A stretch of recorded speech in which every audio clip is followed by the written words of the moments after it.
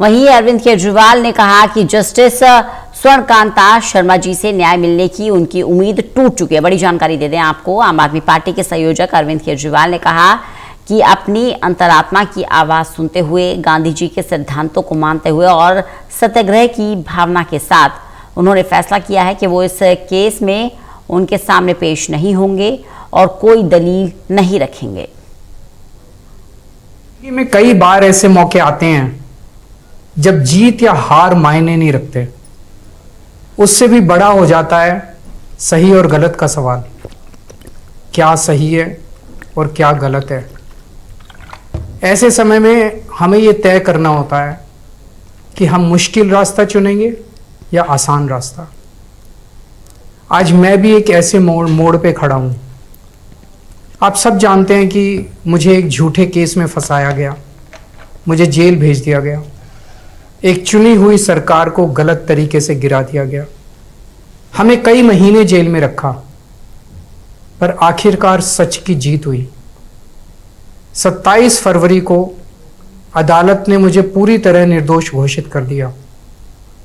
Court ने कहा केजरीवाल निर्दोष है, केजरीवाल ने कोई भ्रष्टाचार नहीं किया।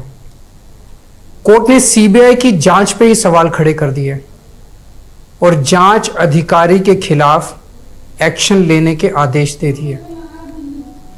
लेकिन सच का रास्ता आसान नहीं होता। सीबीआई ने तुरंत इस फैसले को हाई कोर्ट में चुनौती दी और यह केस जस्टिस स्वर्णकांता शर्मा जी के सामने लगा। तब मेरे मन में एक बहुत बड़ा सवाल उठा,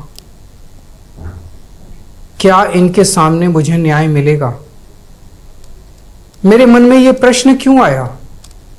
इसके कई कारण हैं, पर 2 कारण मुख्य हैं।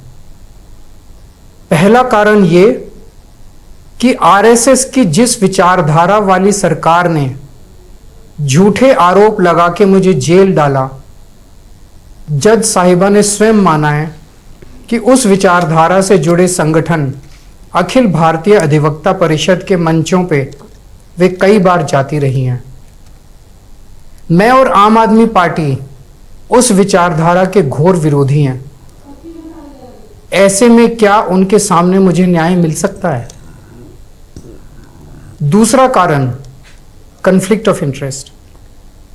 कोर्ट में मेरे विपक्ष में केंद्र सरकार की सीबीआई है और जस्टिस स्वर्णकांता जी के दोनों बच्चे केंद्र सरकार में काम करते हैं।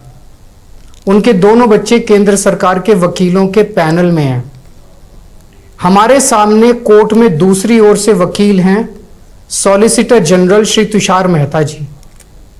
तुषार मेहता जी दोनों बच्चों को केस देते हैं। उन्हें कितने केस मिलेंगे, कौन से केस मिलेंगे, ये तुषार मेहता जी तय करते हैं। भारत सरकार के पैनल में लगभग 700 के करीब वकील हैं, लेकिन जस्टिस स्वर्णकांता जी के बेटे सबसे ज्यादा केस पाने वाले वकीलों में से एक हैं। उनके बेटे को 2023 से 2025 के बीच लगभग 5,904 केस डॉकेट मिले। इससे उनके बेटे को करोड़ों रुपए की फीस मिली। आज की तारीख में उन बच्चों का भविष्य और कमाई दोनों काफी हद तक तुषार मेहता जी पर निर्भर है। तो किसी के भी मन में यह चिंता स्वाभाविक है कि अगर जज साहिबा के बच्चों की कमाई और उनका भविष्य सामने खड़ा वकील तय कर रहा है, तो क्या जज साहिबा उस वकील के खिलाफ फैसला कर पाएंगी?